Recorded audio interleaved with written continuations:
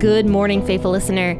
You are listening to the Bible Explained podcast, where the Bible gets explained. So grab your cup of coffee and stay tuned as we read through the book of Deuteronomy.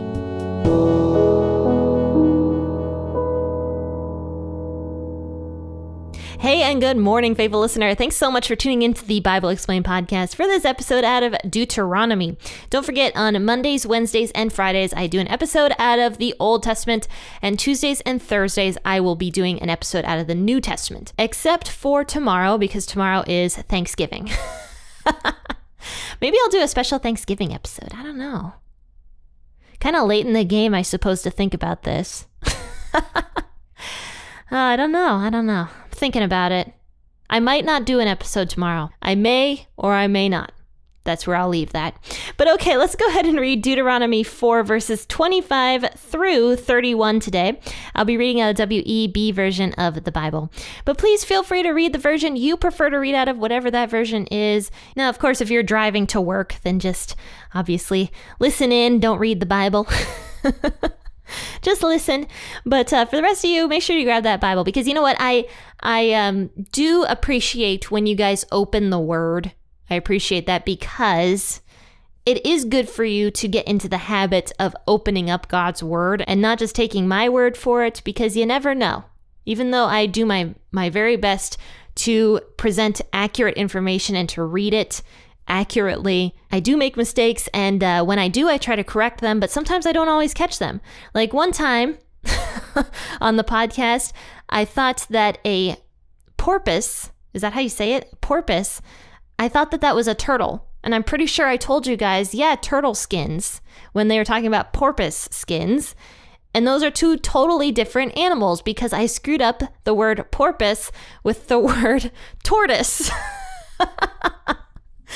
And there has been things like that I just don't catch, and I have done silly things like that. So I do always appreciate when you open up God's Word and read it for yourself.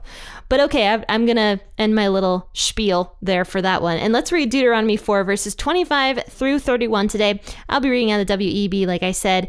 Make sure to grab that cup of coffee or that cup of tea, and let's go ahead and read. When you father children and children's children, and you have been long in the land, and then corrupt yourselves, and make a carved image in the form of anything, and do that which is evil in Yahweh your God's sight, to provoke him to anger, I call heaven and earth to witness against you today, that you will soon utterly perish from off the land which you go over the Jordan to possess it. You will not prolong your days in it, but will utterly be destroyed. Yahweh will scatter you among the peoples, and you will be left few in number among the nations where Yahweh will lead you away. There you will serve gods, the work of men's hands, wood and stone, which neither see, nor hear, nor eat, nor smell. But from there you shall seek Yahweh your God, and you will find him when you search after him with all of your heart and with all of your soul. When you are in oppression, and all the things have come on you, in the latter days you shall return to Yahweh your God and listen to his voice. For Yahweh your God is a merciful God. He will not fail you nor destroy you, nor forget the covenant of your fathers, which he swore to them. So on Monday, I talked a lot about idols and idol worship, and some of the idols that I do believe that we here in America sometimes worship. Not all the times, but I do think that we have struggle with idol worship the same as anybody else does. Because even though we don't necessarily bow down and worship a carved image, we do, in a sense, bow down and worship other things, such as our identity. And so I kind of talked about that on Monday. If you're interested in that episode, please go back and listen to it. But now we're discussing even more idol worship. Kind of on Monday, we really left off with Moses just saying, don't do it. But now, today we're talking about the repercussions of if you do go into idol worship. It says that when you father children and children's children, so in other words, when you have children and you have grandchildren, and you've been living in the land for a very long time, and you make a carved image in the form of anything, I think it's interesting that Moses mentions anything here, even though he gave specifics when we talked about this on Monday. It does say here anything. So carved images were just out. Don't make carved images, because We as human beings fail, and we add a lot of superstition to things sometimes. And when we make a carved image, or in a sense, anything, it doesn't have to be carved. It could be anything. We could literally make something. And the Amish actually think that if we take pictures, that is a form of a carved image. We're making images. Now, of course, I don't necessarily agree with that. In a lot of cases, I do think that taking pictures, for the most part, is pretty innocent and just fine. But I do think that there is a level of narcissism that can go along with picture taking. And could you potentially be worshiping your own self through those pictures? Yeah. And then maybe at that point, taking pictures is no longer super innocent. So yes, we can make anything into an idol. And I think that's why Moses is like, don't make anything into an idol. Don't make any kind of image. Don't do it, because we are humans and we fail all the time. So we need to keep our minds focused completely on God. We can't focus on other things. We have to focus on God. Because if we don't, here's what it says. If you don't do this and you do evil, which is in God's sight, to provoke him to anger, verse 26, I call heaven and earth to witness against you today, that you will soon utterly perish off of the land which you go over to possess. And so then he goes into what's going to happen to the people if they just continue in their idol worship. Now, Moses is stating this years in advance from anything ever happening to the people. So this is prophecy. Years down the line, the people do, in fact, end up failing. And we're going to see later on when Babylon ends up taking over Israel, and Israel is forced to bow down to other gods. This literally ends up happening. We have historical fact of everything Moses is saying here ending up happening. Later on, hundreds of years later on, this all happens. The people get scattered. They get driven out of the land that God gave them for a possession.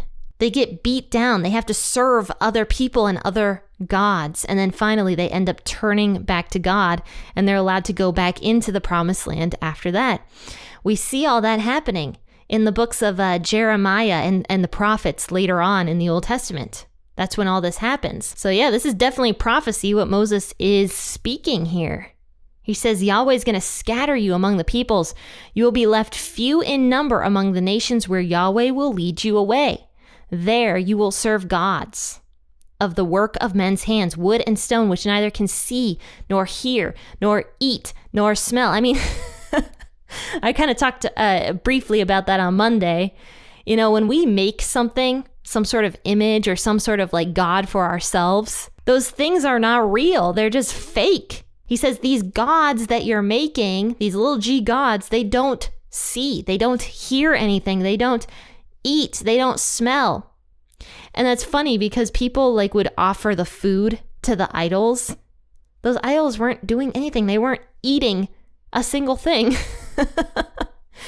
So people would make these idols out to be something great when in actuality they were pieces of carved stone. That was all they were. And yet people would assign a godlike identity to these pieces of stone. And so Moses says no, this is stupid. This is ridiculous.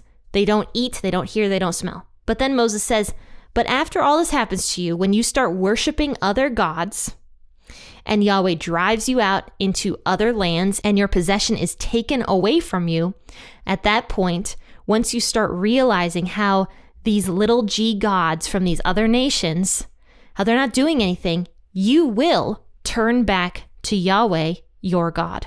You will. You're going to be searching for him. You're going to be seeking him. You're going to be seeking the truth. I mean, how true is that today? A lot of this stuff, everything Moses is saying here actually can really be chalked up to what's going on today. People are really seeking the truth because all there is out there right now is just lies. It's just one lie after another lie. And nobody trusts each other because everybody's lying. And, it's a mess out there in the world because we don't have the truth. And Moses says once this happens, people are going to start seeking the truth. The Israelites would start seeking the truth because they don't have the truth. They're following a lie. But here in verse 29, but from there you're going to seek Yahweh your God. You're going to find him when you search after him with all of your heart and all of your soul. This shows that people who are really out there searching for God, truly searching for the truth, they're going to find it. Because God's power is way beyond us. I've actually had people ask me before, like, what about people in other countries that, don't know about Jesus? Are they going to just die and go to hell? Like people that don't have the truth. But this verse right here makes me realize that God does not want anybody to perish. In other words, to go to hell. He does not want that. So people who are in foreign countries that don't have the truth or have never heard about Jesus, I think that God works with them also in other ways because of this verse right here. People who are truly seeking to find God are going to find him because God is not going to just abandon those people who truly want to find him.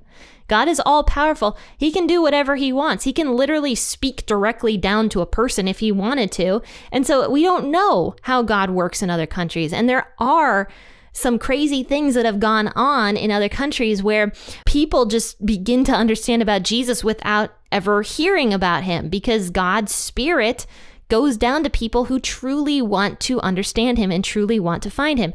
So when we question God by saying like, oh, what about people in other countries that don't know about Jesus? We are limiting God's power. God is so beyond us and he can do whatever he wants. He created humanity. He created the world and he can truly tell anybody about him if he wanted to. So based on this verse right here and other verses like this in the Bible, I do think that people who are searching for God, who may have never heard of him or heard about Jesus or anything, I do think in some way or another, God is going to make sure that that person finds him.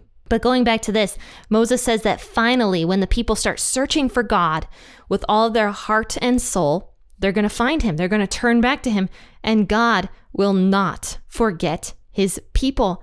What a beautiful promise, because here's the thing, like, these people turned away from God in the first place. They broke the covenant. They did all these crazy things. They worshiped other gods. They committed sins, whatever. But yet, after everything happens and they turn back to God, God never forgets his people. That's the thing. Like, all it takes for us to get back on the right track is to turn back to God. And yet people just don't want to do that. Because we see that anytime that happens, God is so merciful. Anytime we turn back to him, God is so merciful towards us and he accepts us back in. No matter how we failed, he accepts us back in. That's so clear. And God is so insanely merciful. It just shows that he's so beyond what we understand mercy as. When people betray us, we want to do everything we can to discredit that person, right? We don't want that person to succeed. When people betray us, we want nothing to do with them. We don't want to accept them. We don't want to forgive them. But God does it. When people betray God, because we betray him all the time, we're reading right now in Luke about the people who betrayed Jesus and treated him so unfairly during those trials and everything. Yet Jesus died for those people, those false witnesses who came against him. Jesus died for those people. His mercy is so beyond anything that we could comprehend. So when we turn back to God, that's all it takes for God to accept us back into the fold. That's all it takes. And that's what Moses says that God is going to do. For Yahweh your God is a merciful God. He will not fail you, nor destroy you, nor forget the covenant of your fathers, which he swore to them. Oh, I just love that promise so much. Like, God is so merciful, and we have so much to be thankful for because, we have salvation. We have God. We have Jesus. If you are a Christian, you have so much to be thankful for. Remember what you have to be thankful for. Remember how God accepted you. Remember how God brought you into the fold and how you are a part of God's family now. But faithful listeners, I really hope you have a fantastic Thanksgiving. Contact me to let me know what you're eating and what your favorite food is for Thanksgiving. But also stay tuned for everything going on with P40 Ministries over on the Facebook page, or go over to the website and subscribe to the email list if you would like to receive emails. Faithful listeners, I will see you bright and early on Friday morning. I hope you have a fantastic and restful Thanksgiving day with your family. Happy listening, and God bless.